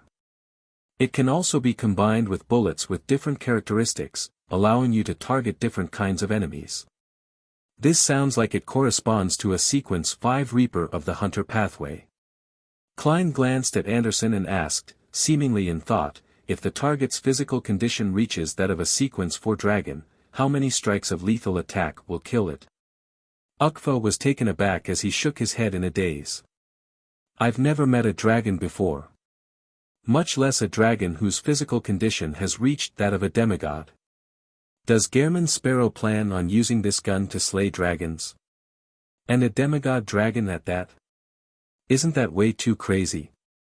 Ukfa suddenly felt that the adventurers these days were completely different from the ones he met back when he was active. He didn't even consider the possibility of death. Anderson coughed before clearing his throat. That will depend on your luck. For real, trust me, luck is extremely important. If you encounter a dragon that has been beaten to a state close to death, then 1 shot would be sufficient. Otherwise, I suggest you to run. Yes, it's more important to stay alive. Of course, if the demigod dragon doesn't defend and stays there for you hit it, 5 shots of lethal attacks should be enough to kill it. Ukfa looked at Anderson before looking at Gehrman Sparrow. He decided not to pursue the topic as he changed topics. Anderson has told you about the negative effects of death knell, right? You will receive a weakness that originally didn't exist, or it will enhance an already existing weakness, making it become more extreme. This effect will be maintained for 6 hours. There was once a time when I became extremely afraid of cats. There was one when I had just hunted a famous pirate, but I ended up going limp in the legs in front of a newborn kitten. I knelt before it, wailing and crying for it to spare me. If you carry it around, the problems aren't great. It will only make you easily thirsty. Just drinking more water and heading to the washroom more often would solve the problem. Why does it feel like the negative effects of an additional weakness will bring me more trouble? However, it is something acceptable. Klein deliberated and said, name your price. 9,000 pounds. Anderson should have mentioned it. That's my bottom line. Ukfa looked at death knell in Gehrman Sparrow's hands and said, this is already cheap enough. If it wasn't because I was worried that getting to know more Beyonders would affect my present life, I would have actively promoted it. I'm sure I can sell it for 12,000 pounds. Indeed, a mystical item at this level can be sold for sky-high prices if the negative effects aren't too serious when meeting a suitable buyer. Normally speaking, 10,000 to 12,000 pounds is a reasonable price. Although Klein had the intention of bargaining, the price was already low enough that he felt embarrassed to try and take advantage of him. With a terse acknowledgement, he said, I'll give it a run. I'll complete the deal if there aren't any problems. Of course, he didn't really try the gun, as it would give him a weakness for nothing. His method for inspection was to use his spirituality to probe the gun, along with testing for the credibility of Ukfa's words via divination. He did it rather openly, without minding Ukfa's and Anderson's gazes. I'll make confirmation later above the grey fog. However, Ukfa likely doesn't dare to lie to me. He's definitely afraid of a crazy adventurer seeking revenge on him. After all, he has already obtained a settled and quiet life. He has a wife and children. Klein placed death knell on the table, lifted his suitcase, and took out £9,000 from it. The money had been removed from above the grey fog to air it ahead of time. After Ukfa received the money, he did a quick count and confirmed the authenticity of the money. As expected of a recently famous adventurer. Few people can produce £9,000 in cash at once. Even a tycoon doesn't have that much liquidity, he said poignantly as he put away the stacks of cash. I even spent £5,000 to buy a key not long ago. Klein felt his heart suddenly turn empty as he saw the £9,000 enter Ukfa's drawer. I've been out at sea for so long, saving up so much money, but in just moments, it's all gone. Now, I'm left with £2,683 and 6 gold coins. I can't even afford a relatively decent manor. Klein sighed as he took out the ordinary revolver from his underarm holster, removed the bullets inside, and stuffed them into death knell. After Anderson watched the entire transaction, he said with a TSK, Ukfa, you've changed. In the past, you would have checked the authenticity of each note. If you find it troublesome, I can help you. It's totally fine, but I'm worried that Gehrman will shoot you. Ukfa clearly knew the strongest hunter's talent at provocation. He could imagine the scene of Anderson posing in a way that was begging to be beaten, counting each and every note while verifying them against the light in slow motion. Well said. Klein silently praised him. He then stuffed the iron-black, long-barreled revolver into his underarm holster. The original revolver was thrown inside the suitcase. Thanks to you, I no longer have to fret over this matter, Ukfa said with a smile as he pointed at the door. I'll get my valet to send you out. Anderson opened his mouth as he chuckled. Ukfa, aren't you going to keep us here for dinner? When you're married with kids, I'll treat you to the best food at the best restaurant, Ukfa said with a smile, completely unfazed by his accusation. Out of the manor, Anderson looked up with squinted eyes. At the sight of the setting sun, he chuckled. Back when I knew Ukfa, he was a doctor who was good at planting all kinds of strange plants on the ship to improve everyone's lives. I thought he would die early on during our adventures, but to my surprise, he was always lucky. He even became a druid later. Why are your poignant words also so deserving of a beating? Klein deliberately said, he does have good luck. As your companion, luck is needed to survive. Anderson turned his head in surprise as he scrutinized Gehrman Sparrow. You know how to mock others? Or have you been infected by me? He wasn't too affected by it as he straightened his clothes, took off his hat, and said with a smile, all right, you've gotten the mystical item you need. If there's nothing else, it's time I embark on my own journey. Don't forget that demigod's mission. Klein succeeded in using a single sentence to crumple Anderson's expression. I already have an urge that compels me to finish that matter as soon as possible. All right, there's no need for goodbyes. Perhaps we might really meet again one day. Anderson gave a self-deprecating laugh, waved the hat in his hand, and turned to head towards another path that led to Byam. As he watched the strongest hunter depart, Klein slowly heaved a sigh. Holding his suitcase, he followed the path he took to get here and headed for Byam under the red evening sky and the shelter of unique palm trees. Inside Byam City. After finding an ordinary inn to stay in, Klein began considering his subsequent plans. I'm finally free. I can attempt to act as a marionettist. I have to figure out the corresponding principles. That's the most pressing issue for now. Yes, marionettist. The focus should be on the marionette. I haven't actually created a marionette and controlled it in battle. I should start from there. This matter can be completed before returning to Backland. Not only do Beyonders have to stay hidden there, making it difficult to encounter one, but no matter what one does, it's easy to get on the bad side of the church or some important figure. I need to be careful. It's not a good place to select and create marionettes. The sea is better. I'll go make my rounds at the bar later. I'll find a pirate who deserves death to give it a try. With this in mind, Klein immediately got up and left his room. As though he was bringing his certificate of deposit to a bank to withdraw the money, he headed for the nearby seaweed bar. Famous pirates often showed up there. Soon, he arrived at the bar's entrance. After straightening his clothes, he pushed open the heavy wooden door. Gazes subconsciously swept past his face before they moved away as though it wasn't anything extraordinary. Following that, someone shouted with a suppressed voice, "Gairman Sparrow." In a blink of an eye, several figures in the bar ran for the back door. Before Klein could figure out what was happening, the bar was left relatively desolate and empty. Chapter 709, Elan's Warning Translator, Atlas Studios Editor, Atlas Studios. As Klein looked at the bar, which was so silent that he could hear breathing, he was taken aback. Only then did he step in and walk straight to the bar counter as though nothing had happened. I should change my appearance the next time I come, he thought in frustration, just short of facepalming. Ukva's lack of awareness that Gairman Sparrow had successfully hunted Slaughter Curtius had made Klein believe that the latest news hadn't reached the City of Generosity, and he boldly came to the seaweed bar. To his surprise, the problem lay in Ukva, who had kept a distance from the adventurer circles. He was a little behind on the news, and the crazy adventurer's infamy had already spread amongst the pirates around the Worsted archipelago. Sighing silently, Klein sat in front of the bar counter and rapped the wooden counter. 1 glass of Southville beer. 6 pence.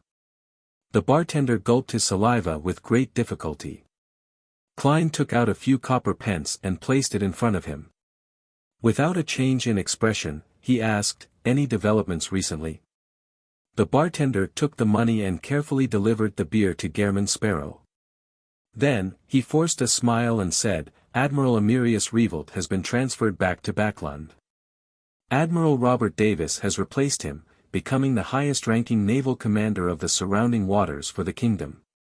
The archipelago's situation is a little tense, and many pirate crews have sent people to gather intelligence. Admiral Emerius was ultimately implicated by his brother and lost his post. However, as long as he wasn't directly involved, it can't get worse for him when considering his status as a demigod. At the very least, he can maintain the treatment he receives as an admiral.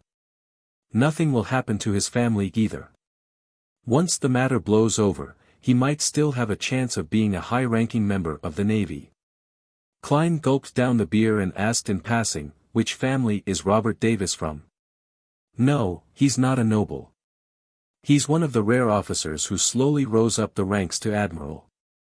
In the Berserk Sea, Sonia Island, and East Balam, he has rendered plenty of meritorious services." The bartender recalled the commendations the papers recently had for Admiral Robert Davis. After a pause, he said, "However, I heard that he has received the sponsorship of many nobles." "Yes, with the Imperial Navy, admirals who are from the royal family or aristocrats, or have close ties with them take up at least 80%. The remaining 20% are mainly rear admirals and vice admirals." Klein had long learned of the situation from the documents he received from Emerius Revolt. Compared to this, the army was a lot better. Gairman Sparrow didn't continue asking as he seemed to focus on his drinking.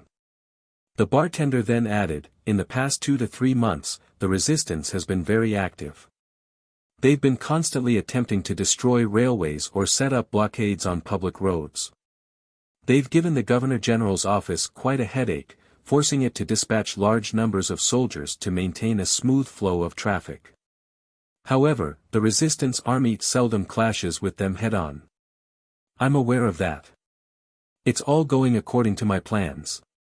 In a place where the natives and mixed bloods take up 80%, it's not difficult for the resistance to gather accurate intelligence.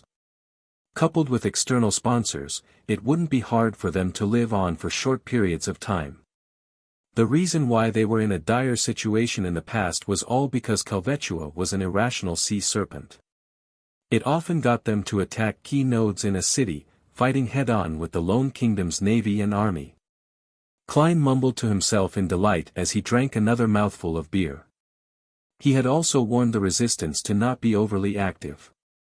If they forced the Governor-General's office into a corner, the lone kingdom might send Sequence 5 Beyonders or even demigods who were good at pursuit and tracking. With the resistance's strength, there was no way they could put up a fight. In the name of Sea God, Klein's instructions were to maintain while slightly improving their present situation and await for the global situation to change. This wasn't too far off.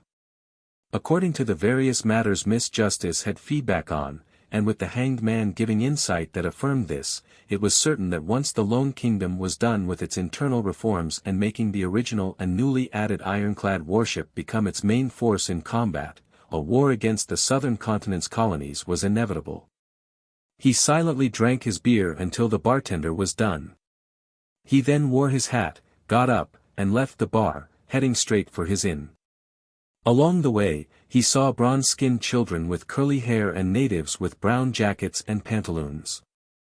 These people either made way in horror without even looking up, or they were hunched in a corner, looking at Klein with a complicated look in their eyes. Klein helplessly curved the ends of his lips as he silently returned to his room. He didn't immediately change his appearance and head to the various bars to seek out pirates. This was because he was certain that they would hide the entire night and not appear again. Just as Klein was planning to enter Grosel's travels to explore it, there was a knock on his door. Without needing to ask, all he did was grip the knob when the visitor's appearance naturally surfaced in his mind. It was a middle-aged man dressed in a dark red coat and white slacks. He wore a ship-shaped hat. The corners of his eyes and mouth, as well as his forehead, had clear wrinkles. He was none other than the captain of the White Agate, military personnel, Just Eland. Impressive. News of me appearing in Byam just spread, and he managed to find where I'm staying. Of course, it's because I didn't attempt to hide myself. I directly used my identification documents to check in. Klein turned the knob and pulled open the door. He politely greeted him, "Good evening." "Good evening. I'm very glad to see you back in Byam." Eland took off his hat and entered the room without any reservations. "Is there something?" Klein pulled a chair over and sat down. Eland sat opposite him and chuckled. "Isn't visiting a friend the most important matter? You're such a smooth talker. Too bad Anderson is gone, or he can learn from you." Klein felt triggered for some reason. He maintained his usual state and looked into Eland's eyes. "All right, you've made your visit." Eland seemed to have expected such a response. He smiled and said, "Do you still remember Donna?" "Of course, she and her brother are adorable. I wonder if they've recovered from the fright I gave them the last time and have given up any curiosity towards the mysterious world." Klein calmly replied, "I don't have amnesia. Forgetting unimportant matters aids our mental health." "Heh, this isn't said by Emperor Roselle." Eland simply explained, "Didn't you tell Donna's father that he should post an advertisement in the Sonia Morning Post for 3 days in a row, asking to buy Demir's special cured meat if he needs your help? He did so recently, but unfortunately, you weren't in Byam or the nearby seas. What happened after that?" Klein's instincts told him that Donna and her family weren't in serious trouble based on Eland's relaxed attitude. Eland chuckled and said, "I heard your conversation back then, and after discovering the advertisement, I visited them using the address. As you know, Donna is a lovely lady. She reminds me of my daughter. The matter isn't too complicated. Erdi, who's Donna's father, had a bunch of valuable goods plundered by the crazy captain. This plunged him into a terrible economic situation. Although it isn't as bad as going bankrupt, life for him has definitely turned for the worse. That's why he wishes to commission you to get the goods back. I knew you weren't in Byam back then, so I had to go through my own channels to help Erdi recoup the goods at a reasonable price." Crazy captain. Klein first found the title familiar before recalling where he had heard it before. According to red-haired Helene, Vice Admiral Ailment Tracy's delivery of slaves for the Demonist sect was passed off to crazy Captain Connors Victor. The latter appeared to have close connections with many of the slave dealers and merchants in the Lone Kingdom. And this was tied to the truth behind the human disappearances in the colonies, as well as the underlying reason of the Great Smog of Backlund. I've always been trying to investigate this matter.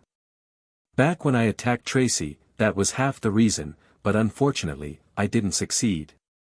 Later, I was busy acting for the digesting of the potion and my search for mermaids, so I temporarily abandoned my investigations. Klein's thoughts raced as he asked without a perturbed look, "Where's crazy Captain now?" "Erdy has already gotten back his goods," Eland hissed, emphasizing that the matter had been settled. Klein looked at him and repeated, "Where's Connors Victor now?" Eland shook his head in exasperation. "I've no idea, but his subordinates are still in Byam trying to gather intelligence. As you know, Admiral Emirius has returned to Backlund, and he's been replaced by Admiral Davis. Many changes are in place, so the pirates need to have a new handle of the latest situation. Therefore, I guess that Connors's ship is docked in the shadows of one of the nearby islands, but that's a guess with no way to confirm." After listening in silence with his hands clasped, Klein said, "Thank you." Eland exhaled and looked out the window as his expression rapidly turned solemn. "I came here today to tell you that you're too eye-catching. The higher-ups are beginning to pay attention to you. A powerhouse that can easily kill Curtius wouldn't be ignored. It's best you stop using this identity for checking in, otherwise, you might face some difficult problems." Klein nodded seriously and said, "All right." He was very grateful for Captain Eland's warning, but he didn't show it on his face. After Eland left, Klein immediately changed his appearance, switched inns, and confirmed that he wasn't tracked by the military. After doing all of that, he began considering the search for crazy Captain Connors Victor. To others, this was an extremely difficult task, but Klein had a trick up his sleeve. It was to use the sea god scepter and communicate with nearby sea creatures. As long as Connors Victor was in the Rorsted Archipelago's waters, there was no way he could hide from Klein. Of course, it was necessary that he had enough time to perform the search. Chapter 710, Plan Translator, Atlas Studios Editor, Atlas Studios. Above the grey fog, Klein extended his hand and summoned the sea god scepter from the junk pile. He began browsing through the countless points of light swirling about the sealed artifact. Every point of light corresponded to a believer's prayer. The glows swirled with ethereal holiness. Soon, Klein did a preliminary screening as he focused on the waters instead of the archipelago. After he had isolated the sea god scepter above the grey fog, he was unable to directly use the divine artifact to sense the surrounding waters and do anything effective. He had to rely on the scenes of his believers' prayers as a foundation before reaching out 5 nautical miles to influence the corresponding undersea creatures. Klein emanated his spirituality and touched one of the specks of light. He saw a native performing his daily prayers in the evening on a fishing boat before docking. As Klein's thoughts changed, the angle of the scene quickly drew higher as more dark clouds and undulating waves appeared in the scene. There are signs of a storm brewing hours ahead. That's right. I did find the atmosphere repressing when I was out. That's why Ellen said that crazy Captain Connors's ship is likely to be hiding in the shadows of some island. It was to avoid the storm. Klein tapped the edge of the model table as he muttered silently. Having deduced this, it made his search much easier. This was because he didn't need to search the extensive waters. All he needed to do was focus on the different islands around those waters. With a change in thought, a blue gem at the tip of the sea god scepter in Klein's hand lit up. On the waters which no longer had the fishing boat, the crimson moonlight shone down on the deep blue waves that were slowly rising. Suddenly, splashes silently surged upwards as an exaggerated eye looking up into the sky surfaced. Beneath the eye was a massive silhouette. At the same time, all kinds of fish began surfacing nearby. They took in the indistinct halo that came scattering down, and they circled around before swimming down and headed in different directions. 10 seconds later, the waters in a 5 nautical mile radius returned to its previous state. The deep blue waves rose up to a high height again, awaiting the final eruption. Phew! This is a little draining. Klein raised his left hand to rub his temple. He wasn't only simply commandeering the sea creatures, he had also bestowed them with remnant beyonder spirituality to a certain degree. It allowed them to transmit the scenes they saw by praying after they discovered any docked ships around the island. This wasn't too difficult or complicated for the sea god scepter, but it was burdensome and draining for the controller, Klein. Then, Klein selected a few praying believers situated on different islands around the archipelago. He then used the same method to command the sea creatures of the region. After doing all of this, he didn't bother throwing the sea god scepter into the junk pile before returning to the real world. He took off his coat and collapsed into bed. Having expended his spirituality to the limit, he believed that he would fall asleep immediately. Yet, his head began aching, preventing him from opening his eyes or falling asleep. Klein could clearly feel that his skin seemed overly sensitive. Lumps grew over his skin, and hidden beneath them were countless meat tendrils. Indeed, as Mr. Hanged Man said, if you drain your spirituality to zero for 2 consecutive days, you'll definitely start hearing things and show signs of losing control. My body became a little abnormal just from reaching my limits once despite not even maintaining it for too long. Of course, it's because I've only recently advanced, and I haven't digested much. Furthermore, there's the excess from the potions from the prior sequences. Klein regained his train of thought as he attempted to cogitate the stacked spherical lights so as to calm the fatigue of his body and mind. Having gradually recovered, he finally fell asleep. By the time he woke up, it was in the middle of the night. At that moment, the winds were howling outside. The rain was pouring as the storm had finally unleashed its might after a prolonged period of brewing. And this wasn't a rare situation in Biome. Apart from that, the night was relatively serene. Klein went to the washroom to clear his bowels. Washing his hands and taking 4 steps counterclockwise, he once again appeared above the gray fog. He picked up the sea god scepter on the end of the long bronze table and began browsing through the scenes from the sea creatures. The scenes were that of ships, all located at different ports, harbors, or the shadows of different islands. Although Klein hadn't seen crazy Captain Connors Victor, he had previously learned of his traits and the various emblems of his pirate crew. Therefore, he wasn't afraid of failing to identify him. Scenes flashed past as he patiently scrutinized the details of the ships. About 10 minutes later, a look of unconcealed joy appeared in his eyes. He zoomed in on a scene as he pulled the orientation of the scene closer. He had found the suspected ship. The ship was docked at the back of Simeem Island, an island furthest from the Worsted archipelago. Behind it was a towering cliff with churning waves below it. Its sails and flag had been reefed up, but there was a white skull emblem with an eye patch on the 2 sides of the ship. This was none other than the emblem of the crazy captain's pirate crew. Klein removed the spirit pendulum from his left wrist and made a confirmation with divination. The answer made him rejoice, as it was indeed Connors Victor's ship. And Crazy Captain only had 1 ship. It's no wonder that despite most adventurers at sea knowing that Crazy Captain is in contact with the kingdom's human traffickers and slave merchants, the Church of Storm's investigations of the colony disappearances didn't point to him. He only has a bounty of 3,300 pounds. The pirate crew only has 1 ship, so it just looks like it's a small business. It's impossible for him to do large-scale human trafficking. What should I do next? Klein first sighed silently before considering his angle of investigation.